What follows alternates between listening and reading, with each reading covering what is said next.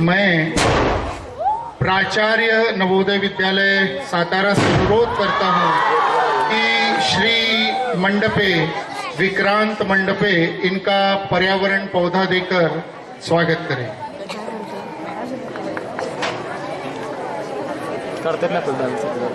धन्यवाद। इस खुले आसमान में ये इंद्रधनुषी आतिशबाजी मुझे नवोदय की एकता और इस कार्यक्रम के शुभारंभ का संकेत दे रही है, जिसका आपको भी बड़े देर से इंतजार है।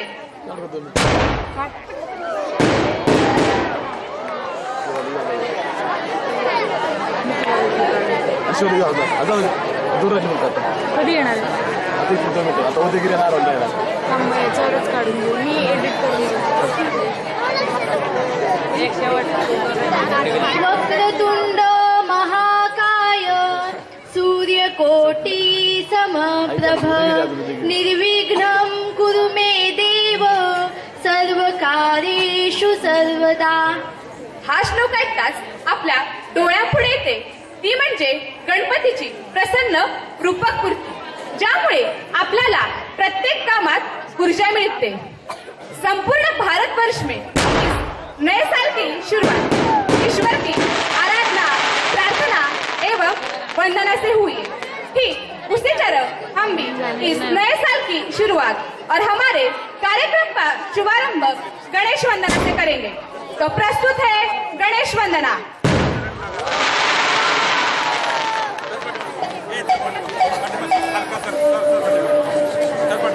एकच व्यवस्थित झालं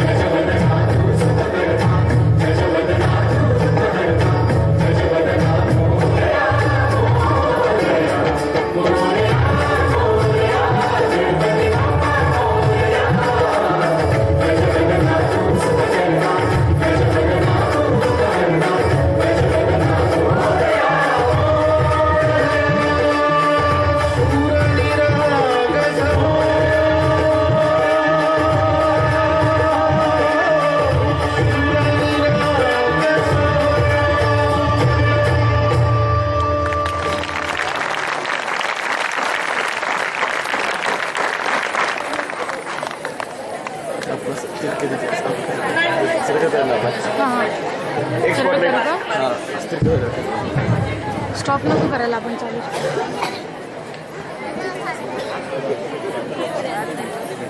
थोडी अजून हाईट वाढली हां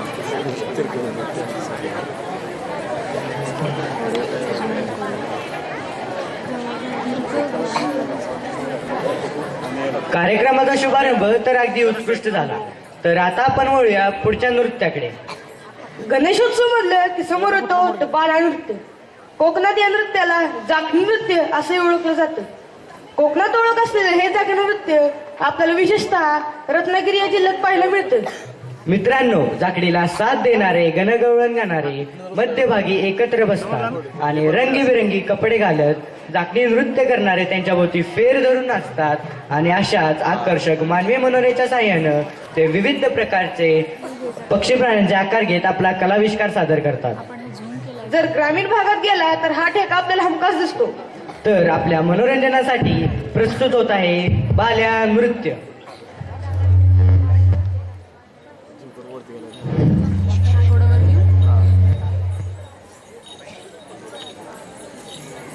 तिकडची क्लिप उघडायची कशी उघडायची माहिती पलीकडवर हाईट वाढवायची बंद हळू बंद केली उघडली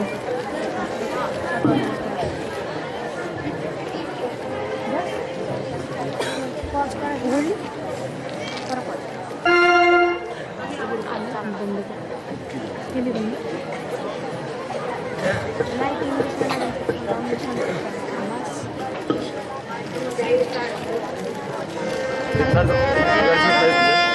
ओम नमो सद्गुरु गुरुनार्थ माझे गुरुनार्थ माझे शिवपुरा चांदे बुवा मातोली गजानन बुवा कविराज माझे कविराज माझे नडगवा कोली नामदेव नवनाथा वजेन बुवा गुरुनार्थ माझे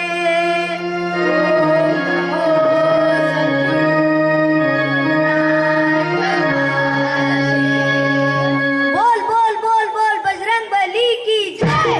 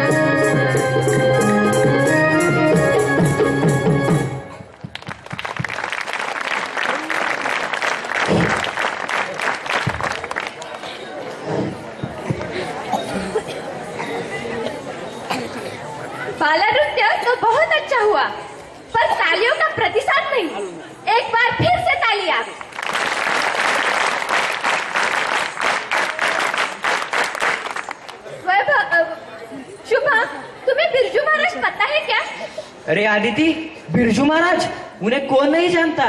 वे तो हमारे भारत के महान नृत्यकारों में से एक है। वे कथक के लिए निपुण है। मला याची खूप भीती कथक कथक हमारे भारत के 8 शास्त्रीय नृत्यों में से एक है, जिसकी उत्पत्ति भारत में हुई। कथक एक संस्कृत शब्द है जिसका अर्थ है कहानी से उत्पन्न करना। यह नृत्य कहानी को बोलने का साधन है। बिरजू महाराज की बराबरी करना तो हमारे बस की बात नहीं, लेकिन फिर भी एक प्रयास, और इसी प्रयास को लेकर आ रहे कुछ विद्यार्थी ने जो प्रस्तुत करने जा रहे हैं कथक।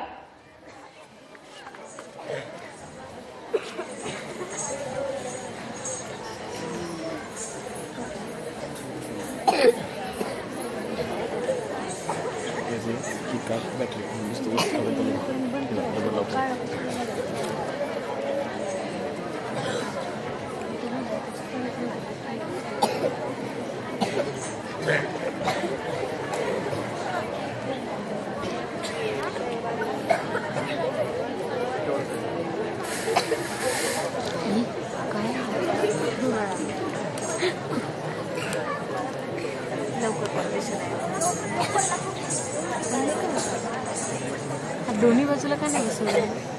हे दोन्ही बाजूला का नाही बसवलं?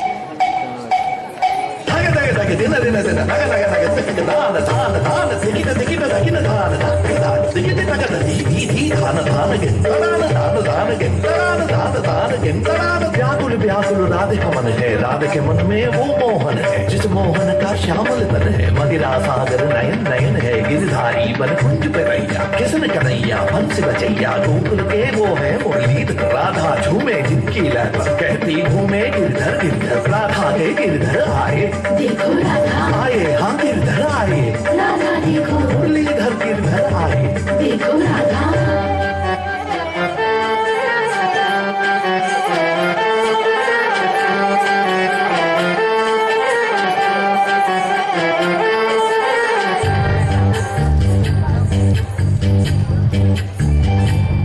मैं राधा तेरी मेरा शाम तू, पर यूं ना कलाई थाम तू। मैं राधा तेरी मेरा शाम तू, पर यूं ना कलाई थाम तू।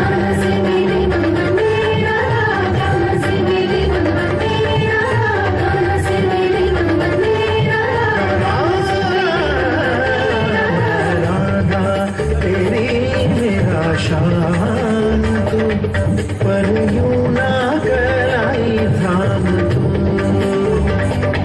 जैसे कामना जो मन को नाग सी, बहे तन में जो पीत की आग सी। मत संयम का ले नाम तू।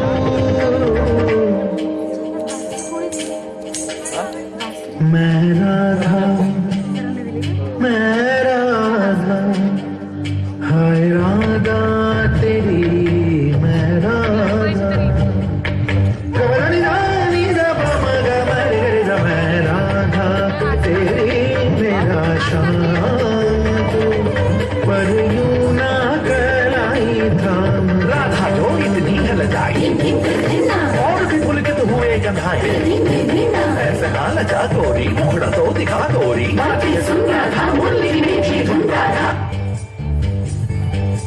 प्रेम बरखा जो बरसे, कोई ऐसे क्यों तरसे। राधिके सावरे तो है, कैसे मैं ये समझाऊं, क्यों मैं ऐसे डर जाऊं। सावरे राधिके नैनों को नैनों से जोड़ के, सारा संसार छोड़ के।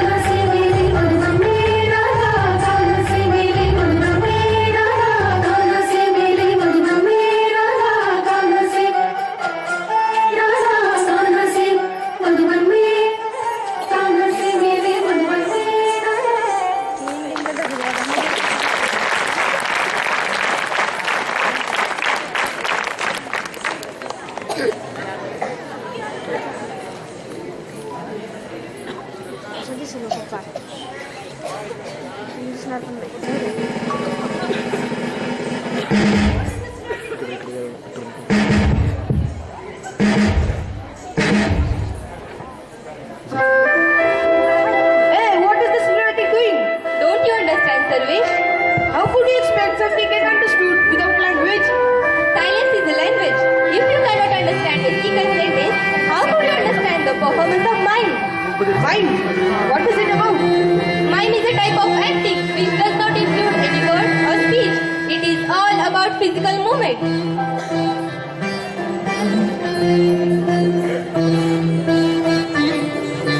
But how could this be possible without words? You know, music and silence combine strongly because music is done with silence and silence is full of music. But I have a doubt. Please go ahead. If you were to shoot a mime, would you use a silencer? That's a part of joke. Please leave it. But performance without voice now also seems impossible. You want to see? Yeah, of course I want to see. Now I want to call the actors of my mind. So please. Please So put it now- in for the mime.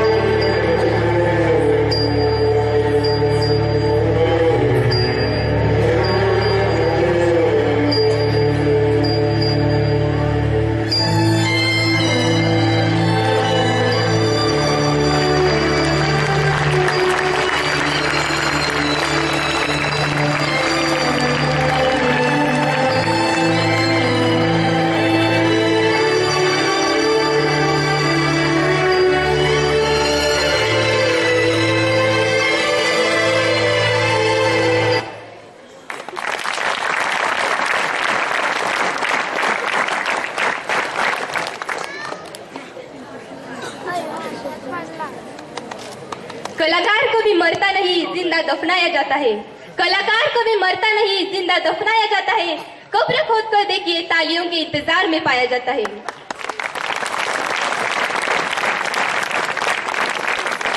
अरे प्रिया, लेकिन अगला programme कोणता आहे? आता आमच्या महाराष्ट्राचं एक असं नृत्य सादर होणार आहे जे तुला देखील नाचायला भाग पाडेल। ऐसा कौन सा प्रोग्राम है तुम्हारे महाराष्ट्र का? महाराष्ट्राची झणझणीत लावणी। लावणी, ये लावणी क्या होती है? लावणी म्हणजेच लवण म्हणजे सुंदर। लवण या शब्दावरून लावणी असा शब्द तयार झाला। लास्य रसाचे दर्शन घडवणारा लावणी हा महाराष्ट्राचा सर्वाधिक लोकप्रिय कला प्रकार आहे। लेकिन प्रिया, मुझे तो कुछ समझ नहीं आया।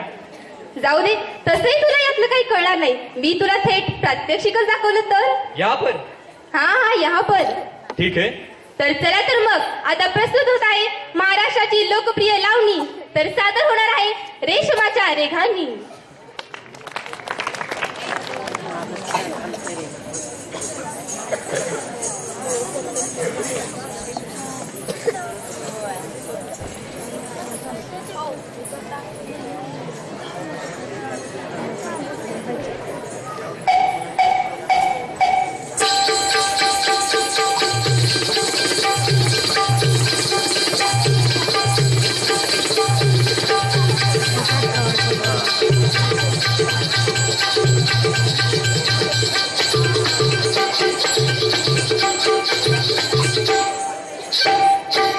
रेशमाच्या रेखांनी लाल काळ धाग्यांनी कर्नाटकी कशी दावे काढीला हात नगाला माझ्या साडीला रेशमाच्या रेखांनी लाल काळ धाग्यांनी कर्नाटकी कशी दावे काढीला हात नगाला माझ्या साडीला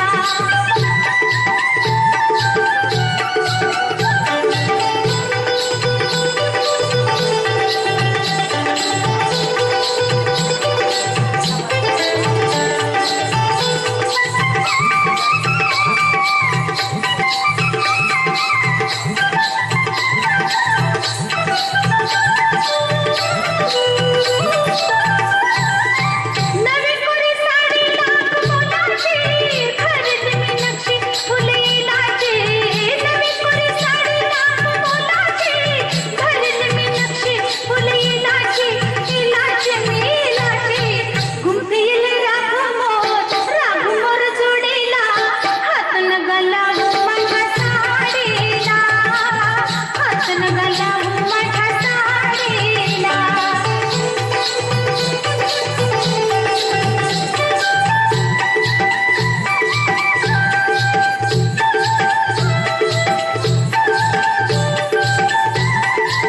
जात होते वाटण मी सूर्याच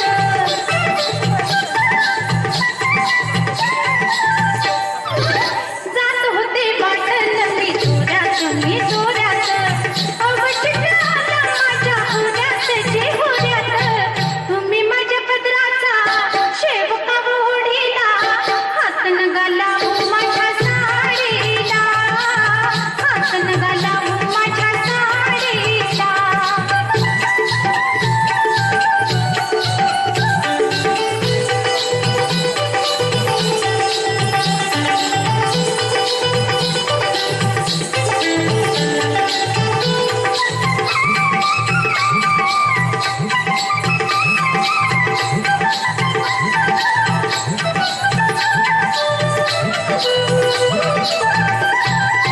भीड काही ठेवा आला गेल्याची मुरवत जाका 10 डोळ्याची भीड काही ठेवा आला गेल्याची मुरवत जाका 10 डोळ्याची बाई डोळ्याची बाई म्हणू बाई तुमच्या खोडीला हात नगाला माझ्या साडीला हात नगाला माझ्या साडीला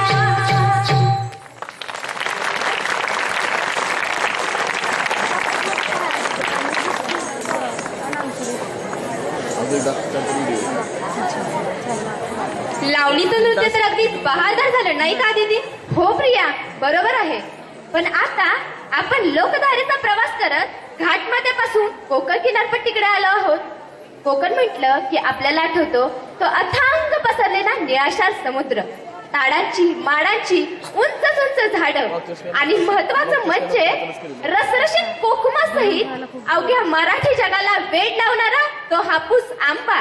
आणि यापेक्षाही प्रकर्षाने आठवण होते ती म्हणजे सागर किनारी राहणाऱ्या कोळी बांधवांची. आज आपण याच कोळी बांधवांच्या जीवनातले विविध रंग पाहणार आहोत. समुद्रासारखं हेलकावे घेणारे यांचं नृत्य आपल्याला ठेका धरायला मात्र भाग पडतं. तर चला तर मग असंच एक सुंदरसं कोळी नृत्य घेऊन ते पहा कोळी बांधव आपल्याकडेच येणार आहेत. तसेच शेती हा ग्रामीण भागातला मुख्य व्यवसाय. काळ्या मातीत मोत्याचं पीक पिकवण्याचं स्वप्न प्रत्येक शेतकरी बघत असतो. पावसांच्या सरींवर अवलंबून असणारा हा बळीराजा कष्टात मात्र कोणतेही कसर सोडत नाही.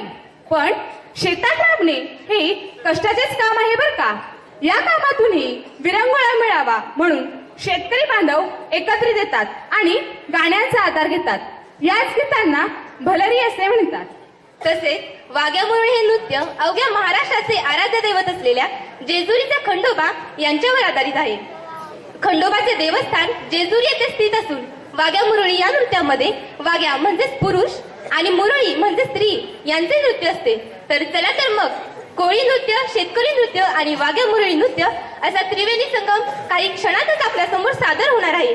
तर प्रस्तुत आहे महाराष्ट्राची लोकधारा.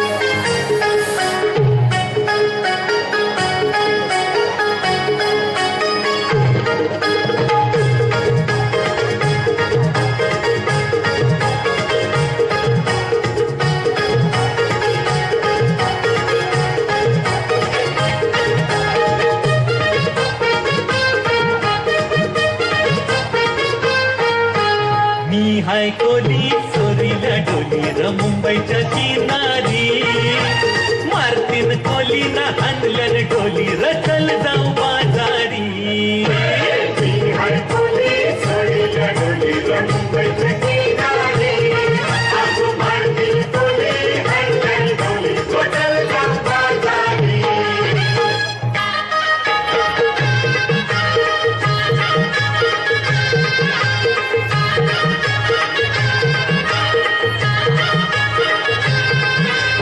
वेसवची पारून नेसली गो नवा सारा वेसवची पारून नेसली गो नवा सारा जाऊ चल गो बंदराला गपारू दर्याचे पुंजेला जाऊ चल गो बंदराला गपारू दर्याचे पुंजेला जाऊ चल गो बंदराला गपारू दर्याचे पुंजेला जाऊ चल गो बंदराला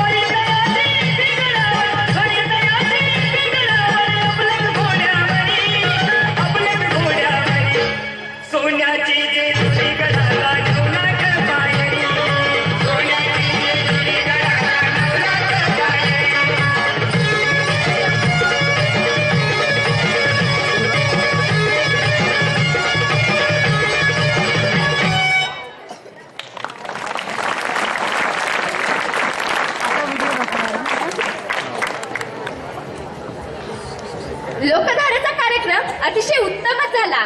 मग कोळी बांधवांनो आणि शेतकऱ्यांनो होऊन जाऊ द्या टाळ्या.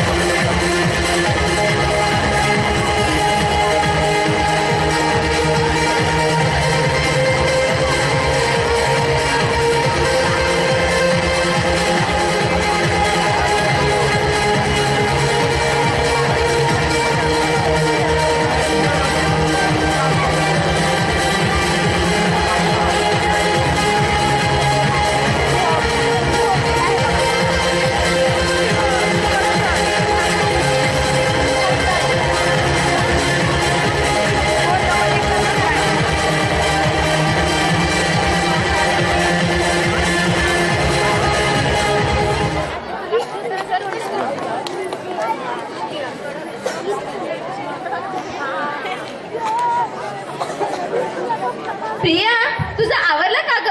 अगं आदिती, कशाला आवरायला सांगतेस ग मला? अगं तू विसरलीस, आपल्याला जायचंय मंगळागौरला चौकात.